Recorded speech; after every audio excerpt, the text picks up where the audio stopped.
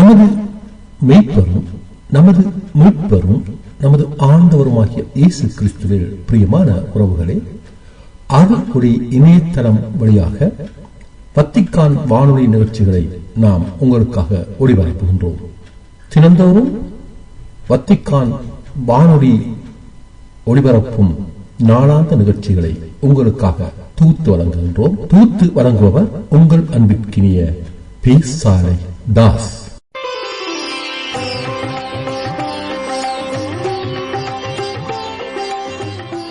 லௌதேத்தூர் இயேசுஸ் கிறிஸ்துஸ். இயேசு கிறிஸ்துவுக்கு புகழ். தமிழ் கூறும் நல்லுலகில் வாழும் அனைத்து அன்புள்ளங்களுக்கும் வத்திக்கான் வானொலியின் வணக்கம். இறைவன் உங்கள் உள்ளத்தையும் இல்லத்தையும் தன் அன்பாலும் அருளாலும் அமைதியாலும் இன்றும் என்றும் நிரப்புவாராக.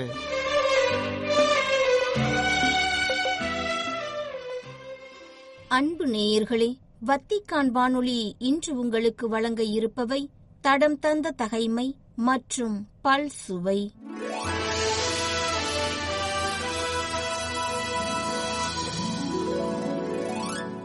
தடம் தந்த தகைமை, யூதா அரசன் யோயாக்கின் செயல்கள்.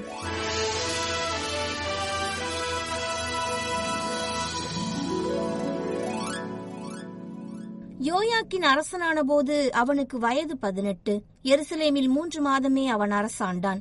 எருசலேமை சார்ந்த எல்நாத்தானின் மகள் நெகுஸ்தா என்பவளே அவனுடைய தாய். யோயாக்கின் தன் தந்தை செய்த அனைத்தின்படியே ஆண்டவரின் பார்வையில் தீயதனப்பட்டதை செய்தான்.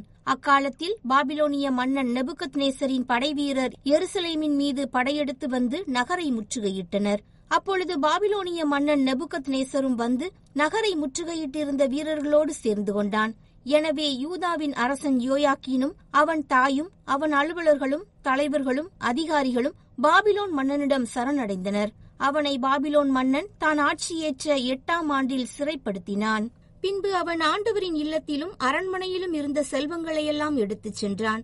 ஆண்டவர் உரைத்த வாக்கின்படி ஆண்டவரின் இல்லத்தில் இஸ்ரேலின் அரசர் சாலமோன் செய்து வைத்திருந்த எல்லா பொன்கலன்களையும் துண்டு துண்டாக்கினான்.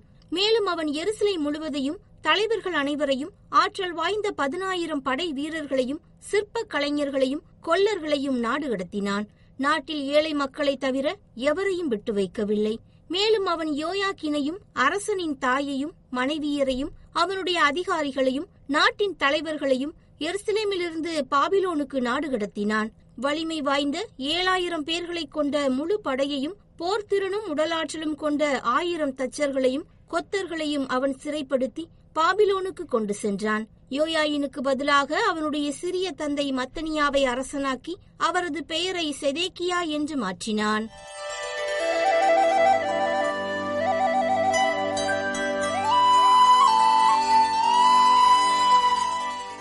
பல் சுவை. இவ்வாறு புனிதர்கள். புனித மெத்தில்டா.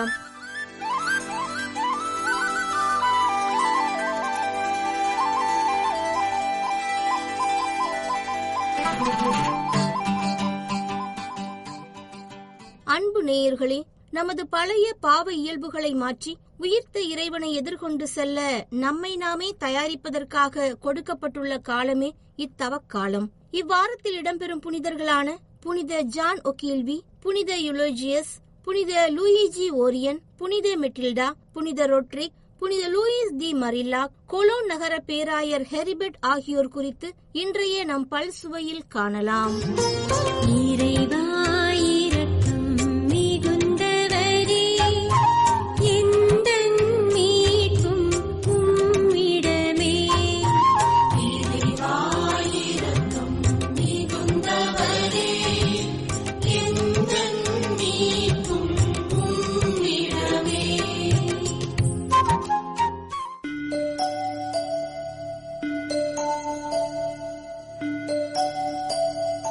மார்ச் 10 புனித ஜான் ஒகீல்வி.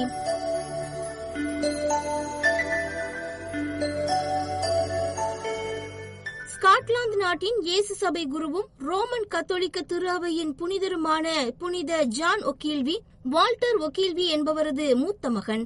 இவரது தந்தை மதிப்புமிக்க கால்வீனிய சமுதாயத்தை சார்ந்த செல்வந்தர் ஆவார். தனது 12வது வயதில் கல்வி கற்பதற்காக ஐரோப்பிய நாடுகளுக்கு அனுப்பப்பட்ட ஜான் ஒகீல்வி ஜெர்மனியில் பெனடிக்டின் சபையினரின் கீழுள்ள பல்வேறு கத்தோலிக்க நிறுவனங்களிலும் மொராவியா நாட்டிலுள்ள இயேசு சபையின் கீழுள்ள கல்வி நிறுவனங்களிலும் கல்வி கற்றார். அக்காலத்தைய சமய சர்ச்சைகளும் கொந்தளிப்புகளும் ஐரோப்பா கண்டத்தையே மூழ்கடித்திருந்தன. ஜான் ஒரு கத்தோலிக்கராக மாற முடிவெடுத்தார். 1596ஆம் ஆண்டில் தனது 17வது வயதில் பெல்ஜியம் நாட்டில் கத்தோலிக்க திரு அவையினரால் ஏற்றுக்கொள்ளப்பட்டார். 1610ஆம் ஆண்டு இயேசு சபையில் இணைந்த இவர் பாரிஸ் நகரில் குருத்துவ அருள்பொழிவு பெற்றார். குருத்துவ அருள்பொழிவு பெற்ற ஜான் நார்மண்டி என்னும் இடத்தில் பணியாற்றினார். ஸ்காட்லாந்து நாட்டில் மீதமிருந்த ஒரு சில கத்தோலிக்க மக்களுக்கு பணியாற்ற அனுப்பும்படி அடிக்கடி வேண்டிக் கொண்டார். ஏனெனில் அக்காலத்தில் ஸ்காட்லாந்து நாட்டில் கத்தோலிக்க மறைபோதனை செய்வதோ மதமாற்றம் செய்ய முயற்சிப்பதோ சட்ட விரோதமாக அறிவிக்கப்பட்டிருந்தது. 1613ஆம் ஆண்டு நவம்பர் மாதம் ஜான் வாட்சன் என்ற பெயரில் ஒரு குதிரை வியாபாரி போன்று மாறு வேடத்தில் ஸ்காட்லாந்து நாட்டில் நுழைந்து ரகசியமாக மறைபோதனை செய்ய தொடங்கினார். குறிப்பிட்ட வீடுகளில் மறைவாக திருப்பலிகளும் நிறைவேற்றினார். ஏறக்குறைய 1.5 ஆண்டுகள் ஸ்காட்லாந்து நாட்டில் மறைப்பணியாற்றிய ஜான் கண்டுபிடிக்கப்பட்டு 1614ஆம் ஆண்டு அக்டோபர் மாதம் கைது செய்யப்பட்டார். ஏறக்குறைய 26 மணி நேரத்துக்கும் மேலாக அவருக்கு உணவு எதுவும் கொடுக்கப்படவில்லை. தமது செயலுக்கு மன்னிப்பு கேட்க அவர் மறுத்துவிட்டதால் கொடூரமாக துன்புறுத்தப்பட்டார். சிறையில் அவரை உறங்கவிட மறுத்தனர். அவரது உடன் பணியாளர்களை காட்டிக் கொடுக்குமாறு வற்புறுத்தினர். ஆனால் அவர் யார் பெயரையும் சொல்ல மறுத்துவிட்டார். அரசன் ஜேம்ஸுக்கு அடிபணிய மறுத்ததால் அவரது நிலைமை மேலும் மோசமடைந்தது. 8 நாட்கள் இரவும் பகலும் அவர் அங்குமிங்கும் இழுத்துச் செல்லப்பட்டு கூரிய மரக்குச்சிகளால் குத்தப்பட்டு தலைமுடிகள் பிடுங்கப்பட்டு மிகவும் துன்புறுத்தப்பட்டார். இருப்பினும் தமது உடன் பணியாளர்களை காட்டிக் கொடுக்க மறுத்துவிட்டார். தேச துரோகி என்று தீர்ப்பளிக்கப்பட்ட ஜானுக்கு மரண தண்டனை அளிக்கப்பட்டது. கத்தோலிக்கர் எவராவது இங்கே மறைந்து இருப்பின் அவர்கள் எனக்காக ஜெபிக்கட்டும். கத்தோலிக்கர்களுக்கு எதிரானவர்கள் எனக்காக ஜெபிக்க வேண்டாம் என்று இறுதியாக கூறினார். தூக்கு மேடைக்கு இழுத்துச் செல்லப்பட்ட ஜான் தம்மிடம் மறைத்து வைத்திருந்த ஜெபமாலையை தூக்கி கூட்டத்தினரிடையே விட்டெறிந்தார். அதனை எட்டி பிடித்த அவரது எதிரி ஒருவன் பக்தி விசுவாசம் உள்ளவனாக மாறினான். இறுதி வரை அவன் கத்தோலிக்கனாகவே வாழ்ந்து மடிந்தான். சிறைச்சாலையிலும் மரணம் வரையிலும் துணிவுடன் இருந்த ஜான் ஒகீல்வியின் புகழ் ஸ்காட்லாந்து நாடு முழுவதும் பரவியது. 1929ஆம் ஆண்டு திருத்தந்தை 11ஆம் பயஸ் அவர்களால் முக்தி பேறு பட்டமும் 1976ஆம் ஆண்டு திருத்தந்தை 6ஆம் பால் அவர்களால் புனிதர் பட்டமும் இவருக்கு வழங்கப்பட்டது.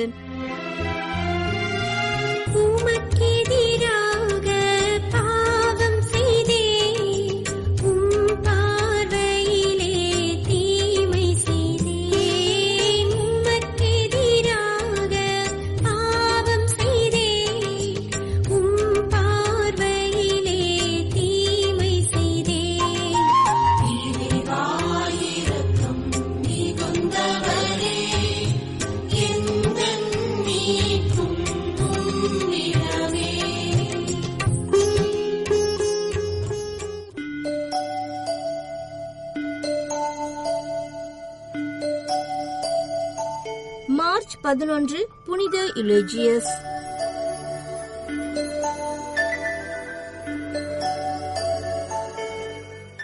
புனித யுலேஜியஸ் கிபி 819ஆம் ஆண்டுக்கு முன்னர் பிறந்திருக்க வேண்டும்.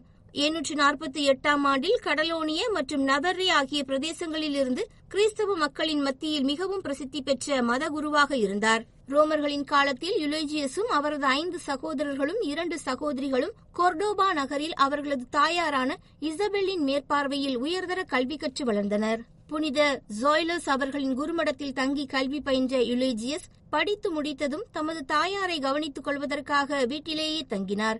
அவரது நல்லொழுக்கம் மற்றும் கற்றலின் காரணமாக குருத்துவ அருள்பொழிவு பெற்றார். கொர்டோபா என்னும் இடத்தில் உள்ள தலைமை திரு அவை பள்ளியில் பணியமர்த்தப்பட்டார். 850ஆம் ஆண்டில் இஸ்லாமியர்களுக்கும் கிறிஸ்தவர்களுக்கும் இடையே ஏற்பட்ட மோதலில் யுலேஜியஸ் உள்ளிட்ட குருக்கள், கொர்டோபா நகர ஆயர் ஆகியோர் கைது செய்யப்பட்டனர். சிறையில் அடைக்கப்பட்ட யுலேஜியஸ் தம்முடன் இருந்த மற்றவர்களுக்கு திரு விவிலியத்தை படித்து காட்டி கிறிஸ்தவ மதத்தை பறைசாற்றினார். 857ஆம் ஆண்டு லியோக்ரிஷியா எனும் உயர் இஸ்லாமிய குடும்ப முஸ்லிம் பெண் யுலேஜியஸின் போதனையால் கிறிஸ்தவராக மதம் மாறினார். 857ஆம் ஆண்டு மார்ச் 11ஆம் நாளன்று புனித யுலேஜியஸ் தலை துண்டிக்கப்பட்டு கொல்லப்பட்டார். குற்றங்களை நான்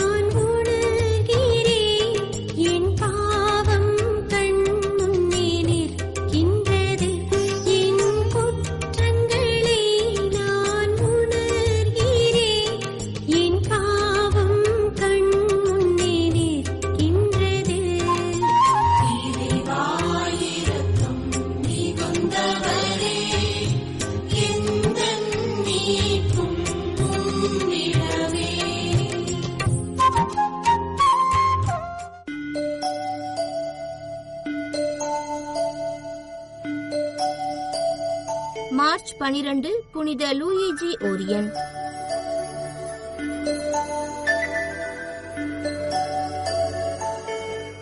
இத்தாலி நாட்டைச் சேர்ந்த புனித லூயிஜி ஓரியன் அருள் பணியாளராக வேண்டும் என்ற கனவோடு பிரான்சிஸ்கன் சபையில் சேர்ந்தார். அவருக்கு அங்கு உடல்நிலை சரியில்லாமல் போகவே வீட்டிற்கு திருப்பி அனுப்பப்பட்டார். புனித ஜான் போஸ்கோவோடு தங்கியிருந்து கல்வி கற்றார். ஜான் போஸ்கோவின் அடக்க நிகழ்வில் கலந்து கொண்டு ஜெபித்துக் கொண்டிருக்கும் போது இவருடைய நோய் நீங்கியது. தொர்தோனா என்ற இடத்தில் இருந்த குருமடத்தில் சேர்ந்து குருத்துவ வாழ்விற்கு தன்னையே தயாரித்த இவர் குருத்துவ படிப்பின் போதே ஏழைகளுக்காக ஓர் இல்லத்தை தொடங்கினார். 1893ஆம் ஆண்டு குருவாக அருள்பொழிவு செய்யப்பட்ட இவர் ஆண் பெண் என இரு பாலாருக்கும் துறவு அவைகளை தொடங்கினார். ரோமையில் ஓர் அனாதை இல்லமும் தொர்தோனாவில் மரியாவின் திருத்தலம் ஒன்றையும் ஏற்படுத்தினார். ஏழைகள் மீது மிகுந்த அன்பு கொண்டு இறைப்பணி செய்த இவர் 1940ஆம் ஆண்டு இதய நோய் காரணமாக இறையடி சேர்ந்தார். இவருக்கு திருத்தந்தை 2ஆம் ஜான் பால் 2004ஆம் ஆண்டு புனிதர் பட்டம் அளித்தார்.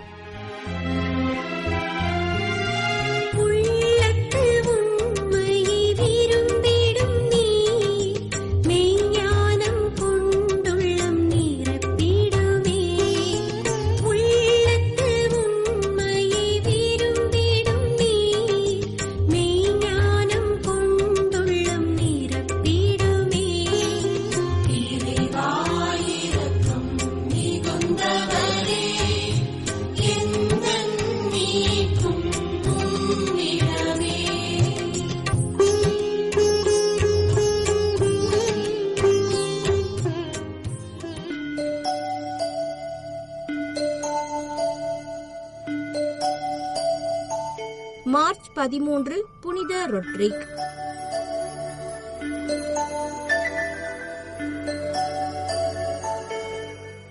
ஸ்பெயின் நாட்டை சார்ந்த புனித ரொட்ரிக் என்பவருக்கு 2 சகோதரர்கள் இருந்தனர். ஒருவர் இஸ்லாமிய சமயத்தை பின்பற்றி வந்தார், இன்னொருவரோ கடவுள் நம்பிக்கை இல்லாமல் இருந்தார். ஒரு நாள் இவரது 2 சகோதரர்களுக்கும் இடையே வாக்குவாதம் ஏற்பட்டு பெரிய சண்டையானது. அந்த சண்டையை தீர்த்து வைக்க முற்பட்ட போது இஸ்லாம் சமயத்தை பின்பற்றி வந்த சகோதரர் இவர் இஸ்லாம் மதத்திலிருந்து கிறிஸ்தவ மதத்திற்கு மாறிவிட்டார் என்று பழியை இவர் மீது தூக்கி போட்டார். இதனால் அதிகாரிகள் இவரை இழுத்துச் சென்று சிறையில் தள்ளினர். அங்கு சாலமோன் என்பவரும் இதே குற்றத்திற்காக சிறையில் இருந்தார். இருவரும் சிறையில் கடுமையாக சித்திரவதை செய்யப்பட்டார்கள். இருப்பினும் அவற்றையெல்லாம் பொறுமையோடு தாங்கிக் கொண்டார்கள். இவர்கள் இருவரும் 837ஆம் ஆண்டு மார்ச் 13 அன்று கொலை செய்யப்பட்டார்கள். ஆண்டவர் இயேசுவுக்காக ரத்தம் சிந்தி தங்கள் இன்னுயிரை துறந்தார்கள்.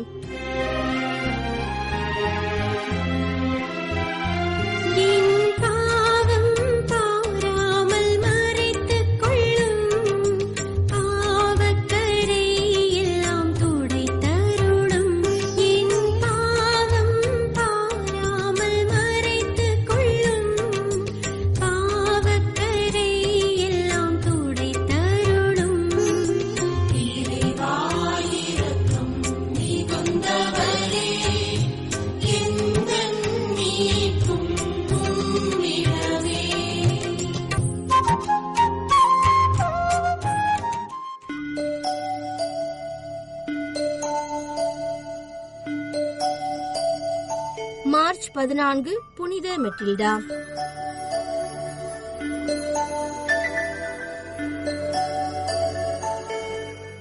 கிபி 912ஆம் ஆண்டு முதல் சக்சனி சீமாட்டியாகவும் கிபி 919ஆம் ஆண்டு முதல் ஜெர்மன் நாட்டு அரசியாகவும் ஆட்சி புரிந்தவர் புனித மெட்டில்டா. இவரது கணவர் ஹென்றி. மெட்டில்டாவின் தந்தை உள்ளூர் பிரபுவான டயட்ரிஸ், தாய் ரெயின்ஹில்ட். தமது இளம் வயதில் ஹெர்போர்ட் துறவு மடத்தில் கல்வி கற்று தன்னை விட 20 வயது மூத்தவரான ஹென்றி என்பவரை திருமணம் செய்து கொண்டார். ஹென்றி, மெட்டில்டா ஆகியோருக்கு 2 பெண்களும் 3 ஆண்களுமாக 5 குழந்தைகள் பிறந்தன. 936ஆம் ஆண்டு மெட்டில்டாவின் கணவர் ஹென்றி மரணமடைந்த பிறகு அப்போதைய கிழக்கு பிரான்சியாவின் அரசனாக இருந்த இவரது மகனான முதலாம் ஓட்டோவும் குயிட்லின்பெர்க் எனும் துறவு மடத்தினை நிறுவினர். ஹென்ரியின் மரணத்தின் பின்னர் 32 ஆண்டு காலம் வாழ்ந்த மெட்டில்டா 968ஆம் ஆண்டு மார்ச் 14 அன்று குயிட்லின்பெர்க் துறவர மடத்தில் இறந்தார். மெட்டில்டா தனது காலத்தில் பல துறவர நிறுவனங்களையும் கல்வி நிறுவனங்களையும் நிறுவினார். குயிட்லின்பெர்க் எனும் இடத்தில் புனித மெட்டில்டாவுக்கு ஆலயம் ஒன்று உருவாக்கப்பட்டது.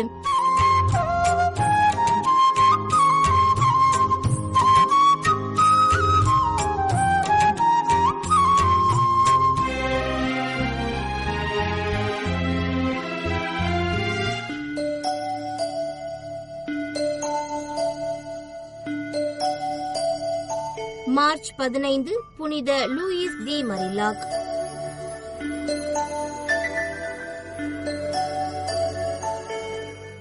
பிரான்ஸ் நாட்டின் பாரிஸ் நகரில் 1591 ஆண்டு ஆகஸ்ட் 12 அன்று பிறந்தவர் லூயிஸ் தி மரிலாக். சிறு வயதிலேயே பெற்றோரை இழந்திருந்தாலும் நல்ல முறையில் வளர்க்கப்பட்டார். பெரிய துறவரம் மடம் ஒன்றில் கல்வி பயின்ற இவருக்கு துறவர வாழ்வில் ஆர்வம் ஏற்பட்டது. பாரிஸ் நகரில் உள்ள கப்புச்சின் அருள் சகோதரிகள் என்ற துறவர சபையில் சேர விண்ணப்பித்தார். இவரது விண்ணப்பம் மறுக்கப்பட்டது.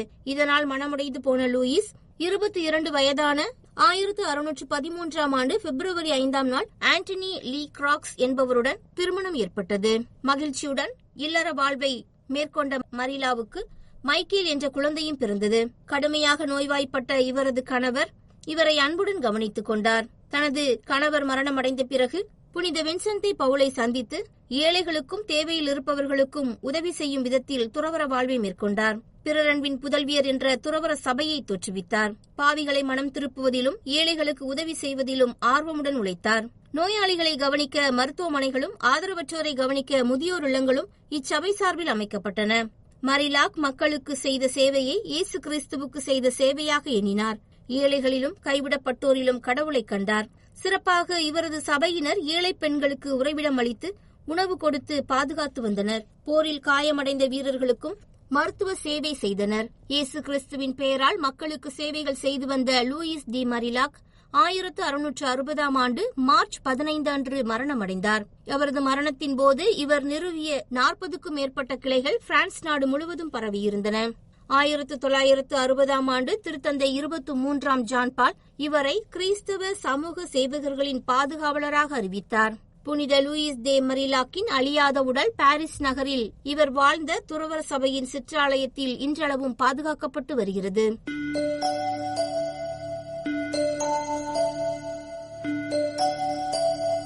மார்ச் 16 கொலோன் நகர பேராயர் ஹெரிபெட்.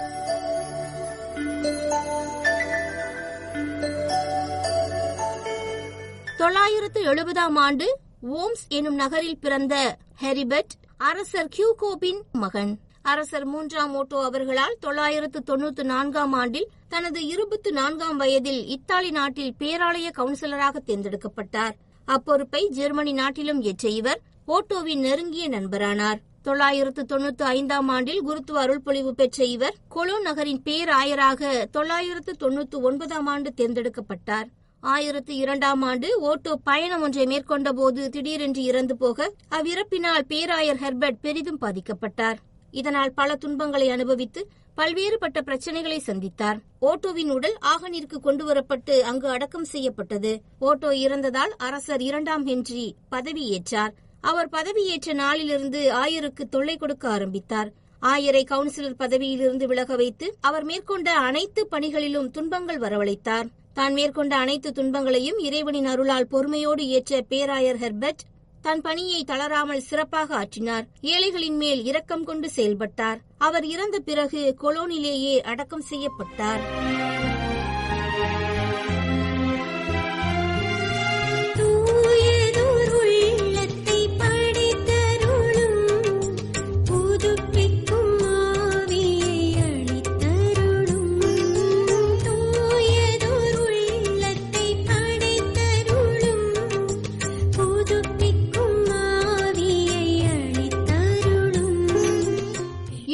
புனிதர்கள் புனித மெட்டில்டா என்ற தலைப்பில் இன்றைய பல் சுவையினை உங்களுக்கு வழங்கியது வத்திக்கான் வானொலி. உங்களது ஆர்வமுள்ள செவிமடுத்தலுக்கு நன்றி. வணக்கம்.